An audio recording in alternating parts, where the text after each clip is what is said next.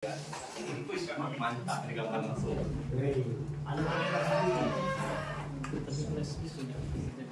Pak Waka pergi ke Batam.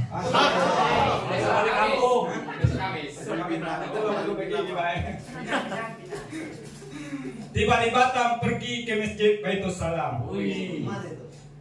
Kami area 5 mengucapkan salam. Assalamualaikum warahmatullahi wabarakatuh. Area 5 mantap. Mantap dong. Baiklah, ini untuk selanjutnya untuk membuka area 5 ini, baiklah kami serahkan dulu kepada Ketua Koordinator, yaitu Yang Mulia Bapak Okna Alihuddin. Kepada beliau kami persilahkan. Terima kasih atas sambutannya yang membuat ruangan jadi bergemuruh, jadi semangat ya. Assalamualaikum warahmatullahi wabarakatuh. Waalaikumsalam warahmatullahi wabarakatuh. Yang mulia yang kami hormati Bapak Ketua, Bapak Wakil Ketua, yang kami hormati Bapak Panitra, Bapak Sekretaris, seluruh pejabat fungsional struktural, Bapak Ibu PPNPN dan juga adik magang. Pada kesempatan kali ini kami dari area 5, kebetulan urutan kelima juga, akan menyampaikan presentasi mengenai penguatan pengawasan. Kami berjumlah 3 orang, saya koordinator, di samping kanan saya ada Pak Andi, anggota, dan anggota di sebelah kiri saya ada Pak Izil. Baik. Tujuan area 5 ini adalah agar terwujudnya penyelenggaraan pemerintahan yang bersih dan bebas KKN pada unit kerja menuju WBK atau WBBM, khusus untuk kita, untuk WBBM ya. Bisa dilanjut? Nah, jadi sebagai satuan kerja yang instansi pelayan publik yang berwenang menyelesaikan sengketa antar warga negara, penguatan pengawasan ini akan sangat penting, karena jika tidak ada pengawasan yang kuat maka riskan terjadi penyelewengan, sehingga alih-alih sengketa di masyarakat dapat terselesaikan dengan sebagaimana mestinya, jika tak ada pengawasan itu bisa terjadi sebaliknya. Oleh karena itu di area 5 kami pastikan 5 hal terpenuhi dengan baik, terlaksanakan dengan baik, yaitu yang pertama tentang pengendalian gratifikasi, lalu penerapan sistem pengendalian intern pemerintah atau SPIP, ada juga pengaduan masyarakat, lalu bagaimana kami mengaplikasikan sistem whistleblowing atau whistleblowing system, dan yang terakhir mengenai penanganan benturan kepentingan. Ini pokok dari penguatan pengawasan dalam pemenuhan. Nah, yang pertama pengendalian gratifikasi. Jadi kami area 5 memastikan telah melakukan kampanye public campaign, baik itu secara langsung di kantor kita bisa lihat ada di mana-mana tertulis jika menemukan adanya pelanggaran gratifikasi, suap gitu ya, hubungi nomor-nomor atau aplikasi-aplikasi tertentu. Kemudian juga di media sosial, secara online, di website gitu ya. Jika buka website PADAPU, pertama kita akan disambut dengan audio anti gratifikasi. Begitupun di kantor gitu. Memang terdengar sepele, tapi itu akan efektif. Bisa jadi ada masyarakat yang melihat hakim PADAPU dikasih uang 1 juta di rumah makan Sukron, tapi dia bingung mau lapor kemana. Ketika dia datang ke kantor mendengar audio anti gratifikasi, ternyata bisa dilaporkan ke nomor-nomor terkait, bisa kena. Nah, oleh karena itu kami memastikan bahwa pengendalian gratifikasi ini telah diimplementasikan dengan baik. Kemudian selanjutnya penerapan sistem pengendalian intern pemerintah atau SPIP. Baik, sistem pengendalian intern pemerintah SPIP ini kami memastikan 4 hal ya, sebagai indikator bahwa telah memang dibangun lingkungan pengendalian. Kemudian kami menilai resiko-resiko yang dapat terjadi di satuan kerja, setelah kami inventarisir apa saja resiko-resikonya, kami mencari upaya untuk meminimalisir atau meminimalisasi resiko tersebut. Kemudian juga hasil dari sistem pengendalian intern tadi diinformasikan kepada seluruh pihak terkait. Misalkan kami contohkan calo ya, calo itu beresiko membuat masyarakat mendapat pelayanan yang tidak semestinya. Misalkan karena pakai calo biayanya mahal, bagaimana untuk meminimalisasi risiko itu? Ternyata ada kalung yang diberikan kepada pengunjung supaya pengunjung yang tidak berkepentingan tidak bisa masuk begitu. Itu salah satu contoh. Kemudian ini pengaduan masyarakat. Di sini area 5 kami memastikan bahwa berjalannya pengawasan tidak hanya dilakukan oleh satuan kerja ataupun instansi di atasnya, tapi kami juga mengajak masyarakat, mengajak publik untuk ikut serta mengawasi kami. Jika sewaktu-waktu terjadi pelanggaran atau penyelewengan dari tugas yang semestinya oleh aparatur pengadilan agama Dabo Singkep, maka masyarakat dipersilakan untuk mengadu. Lalu apa yang kami kerjakan sebagai area 5? Kami memonitoring setelah diimplementasikan, kami memonitoring dan mengevaluasi. Nah, alhamdulillah memang di PA Dabo ini sampai hari ini tidak ada pengaduan dari masyarakat ya. Tapi jika memang ada pengaduan dari masyarakat, kami dari area 5 akan menindaklanjuti hal tersebut, gitu ya. Jadi tidak boleh ada pengaduan yang tidak ditindaklanjuti sama sekali. Baik. Selanjutnya adalah whistleblowing system, sistem new fluid, gitu ya. Kalau secara harfiah diterjemahkan, whistleblowing system ini sama seperti tadi ya.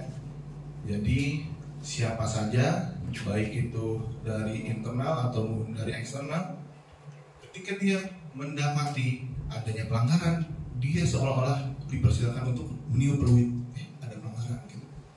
Nah, bagaimana prakteknya? Apakah ketika saya menerima duit di dekat pohon durian pihak niup peluit? Enggak. Jadi di situ ada misalkan tulisan warna kuning ya, ada jelas apabila ada pelanggaran lapor kemana, audio gratifikasi, sama seperti yang tadi disampaikan sebelumnya. Akses untuk masyarakat luar ataupun kita dari internal itu terbuka lewat siwas dan lain sebagainya jika memang didapati adanya pelanggaran. Nah, dilanjutkan lagi benturan kepentingan ya. Kami area 5 untuk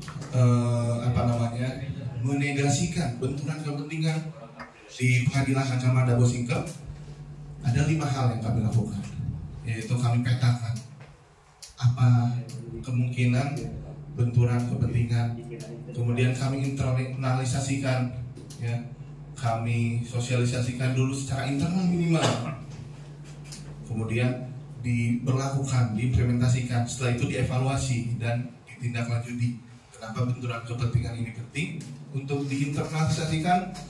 Karena itu tadi, terkadang benturan kepentingan ini tidak berasa, tapi sebenarnya fatal juga, sama seperti gratifikasi. Kemarin saya contohkan, misalkan yang menjadi pihak itu pengacaranya istri saya gitu. Saya sebagai anggota majelis. Padahal ya, kalau namanya hakim adil itu siapapun yang jadi pihak dia pasti adil. Tapi ternyata tidak demikian. Potensi-potensi kecurangan itu tetap ada. Makanya setelah terinternalisasi mengenai apa itu benturan kepentingan di internal Pengadilan Agama Dabo Singkep, kemudian kita jadi bisa memilah, meminimalisir hal tersebut supaya tidak terjadi. Baik, nah dari reform ini memang ada 3 hal yang ditekankan dalam reform, itu bahwa telah dilakukan mekanisme pengendalian aktivitas secara berjenjang. Jadi kami memastikan bahwa memang pengendalian gratifikasi, tindak lanjut pengaduan masyarakat dan lain sebagainya itu diketahui secara berjenjang dari security sampai pimpinan. Kemudian reform yang kedua terkait dengan pengaduan masyarakat di Dabu Sigap sampai bulan Juli ini masih nol. Alhamdulillah, semoga tidak ada gitu ya. Otomatis karena tidak ada pengaduan yang diproses pun nol dan yang ditindaklanjuti nol. Yang terakhir, seluruh pejabat dan pegawai telah menyampaikan laporan harta kekayaan. Jadi sebagai ASN yang taat ya, seluruh pegawai dan juga pejabat di Pengadilan Agama Dabu Sigap telah melaporkan harta kekayaannya sesuai dengan tahun berjalan. Baik. Terima kasih. Kasih aplaus dulu ya. Slide-nya bagus ya, sesuai dengan orangnya ya. Slide-nya bagus. Nah, oke, kita akan mendalam dikit ya. Kita nanya dulu dengan Bang Selvi dulu ya. Nah, ini langsung kan. Yanto. Bang Selvi. Bang Selvi di security kan depan. Tiba-tiba ada orang datang. Nah, ya. Tiba-tiba ada orang datang. Kemudian dia pengen masuk PPA ya. Pengen ngadu dia. Ngadukan ternyata ada pegawai yang melakukan tindak pidana apa namanya penyalahgunaan wewenang dia ya, minta apalah dengan kita. Apa yang Bang Selvi lakukan?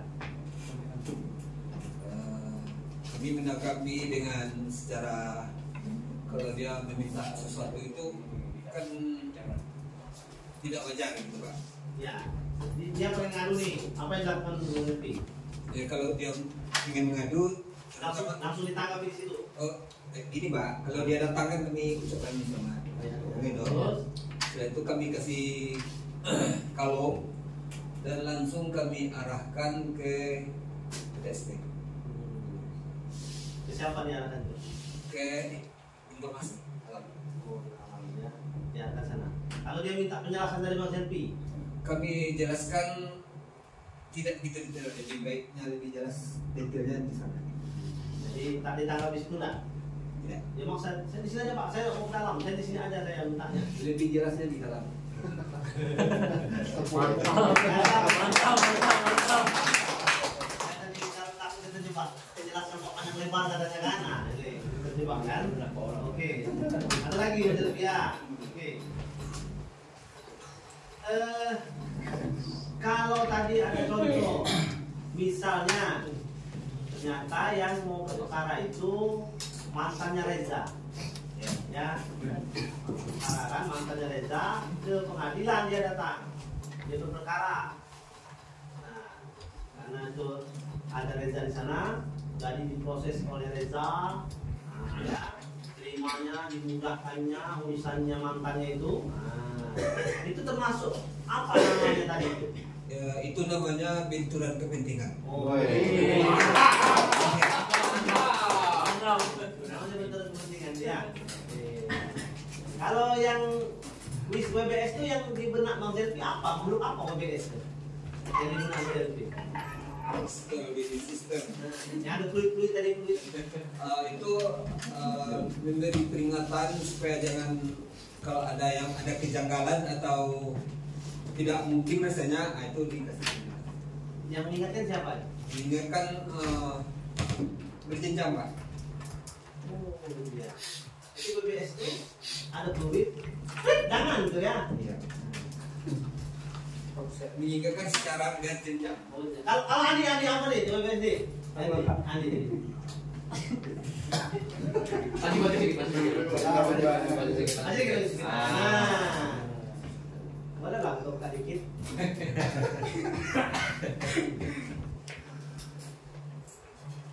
WWS tadi Pak ya. WWS tadi itu kayaknya di situ kalau ada kejanggalan atau kekurangan atau pelanggaran. Jadi menengok dari foto tadi kan dibunyikan fluid, berarti mungkin jadi website pelanggaran atau offset tadi. Nah, atau bisa diraih dengan penalti atau di kartu merah atau kartu kuning. Nah, kartu kuning dulu baru kartu merah. Itu cerita bola atau apa? Itu penerapannya di pengadilan agama ada bos. Caranya itu apa? Cara menerapnya? Caranya itu kartu kuning, kartu merah, tutup jenderal bola. Enggak. Caranya itu bisa melalui Siwas, Pak. Siwas. Dan juga melalui pengaduan yang ada nomor di banner kita itu bisa. Kalau ada nampak di antara seluruh pegawai pengadilan Mada Bosingkep melanggar tersebut, baik kasih tadi memberi surat WBS tadi. Jadi WBS itu kalau ada tindakan yang tidak pantas dari pegawai, dari pengaduan segala macam, bisa langsung ke Siwas. Itu tempat ngadunya. Di situ telah penalti segala macam. Ya. Oke. Kalau ada bunyi-bunyi tadi, yang sering di mana di kalau jam 9 dia bunyi kan? Informasi dari pengadilan agama ketua pengadilan Bosingkep ada ngomong Pak siapa? Ngomong itu masuk apa gitu? Namanya itu? Itu masuknya ke apa? mana tuh yo? Tunggu dulu. Masuk mana tuh? Masuk PTSB. Public campaign tadi Pak. Public campaign. Public campaign. Betul Mas Zelpi itu? Nah Mas Zelpi, betul nggak yang bunyi-bunyi yang bunyi-bunyi tadi yang di Jam 9 sama jam 9 bunyi dia kan? Kalau penilaian kami Pak sama dengan WBS tadi Pak. UBS dia. Yang benar itu namanya public kan? Campaign. Tadi tidak setelah putusan ada tadi kan? Bunyi audio gratifikasi itu salah satu contoh public campaign PADABO. Ngasih tahu kalau ada pelanggaran gini, lapor ke sini. Itu namanya public campaign. Mengkampanyekan apa namanya? Itu apa kejahatan gini katanya. Nah, itu public campaign. Kalau OBS tadi, kalau ada pengaduan laporkan ke Siwas. Itu maksudnya ya. Dalam sedikit ya. Coba nih apa lima indikator tadi nih? Tambah buka itu nih. Ya apa? 5 indikator area 5. Tambah lihat HP. Oh, tadi Ya, satu aja HP-nya. Taruh HP-nya. pengendalian klarifikasi, penguatan SPPP, SPIP. Habis itu benturan kepentingan tadi. Habis itu bagian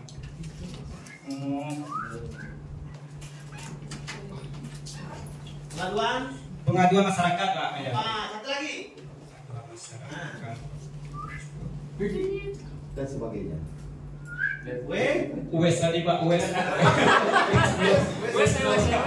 global campaign.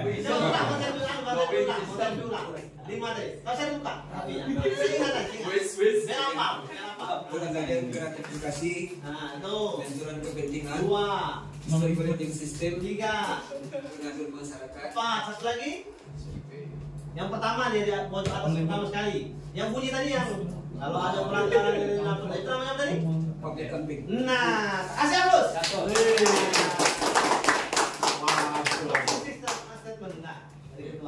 Pantun lagi.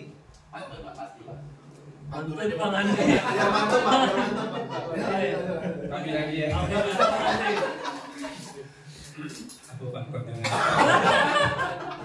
Hilang itu ya. Pak Okna pergi ke Pulau Penyengat. Di Pulau Penyengat tak lupa berselfie sambil mengabadikan. Di Arema 5 ada ketuanya Pak Okna dan anggotanya Pak Selfie dan juga anggotanya Pak Andi.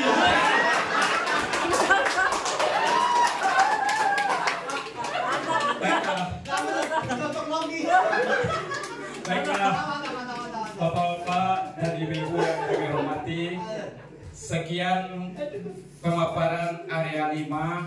Kami sebagai area 5, kalau ada kekurangan dan kesalahan baik berbicara atau perbuatan kami mohon maaf.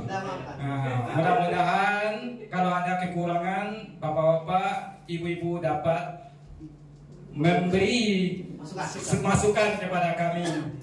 Itu harapan kami. Terima kasih banyak. Kami ucapkan Assalamualaikum warahmatullahi wabarakatuh.